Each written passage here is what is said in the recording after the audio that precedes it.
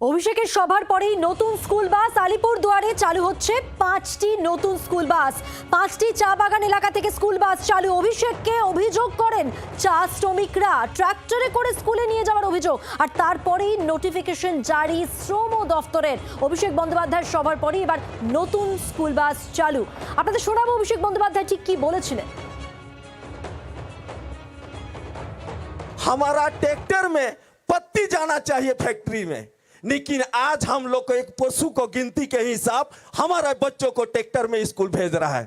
देखो, पहली बात यह है कि आपका जो भी सवाल है वो एकदम जायज है। जो बस का दिक्कत दादा ने बताया कि एक दीदी ने भी अनाउंस करके गया था बस रूट का, तो मैं पिछला हफ्ता मुझे पता चला कि भाई अभी तक वो बसेस चालू नहीं हुआ है। 11 बस खरीदने का तो ऑर्डर दिया गया था, 6 शायद जलपाईगुड़ी के लिए, 5 अलीपुरद्वार के लिए।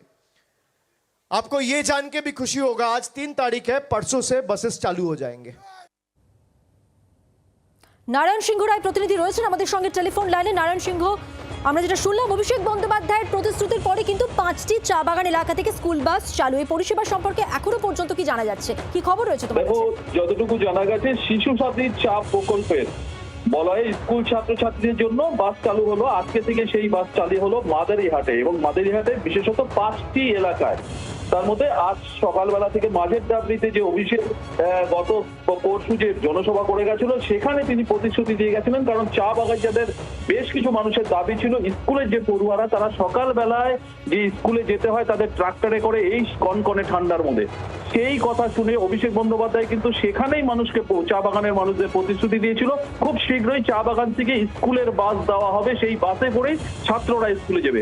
সেই মোতাবেক এই এলাকায় কিন্তু 5টি বাস দেওয়া হচ্ছে 5টি বাগানের জন্য। সেই বাগান থেকে স্কুলের যে ছাত্ররা রয়েছে, ছাত্রছাত্রীরা রয়েছে, তারা স্কুলে যাতায়াত করতে পারবে। আর সেই মোতাবেক আজ সকাল থেকেই কিন্তু সেই বাস দেখা গেল চা বলয়ে বাস চালু হলো, এবং সেই বাসে স্কুলের ছাত্রছাত্রীরা স্কুলে যেতে।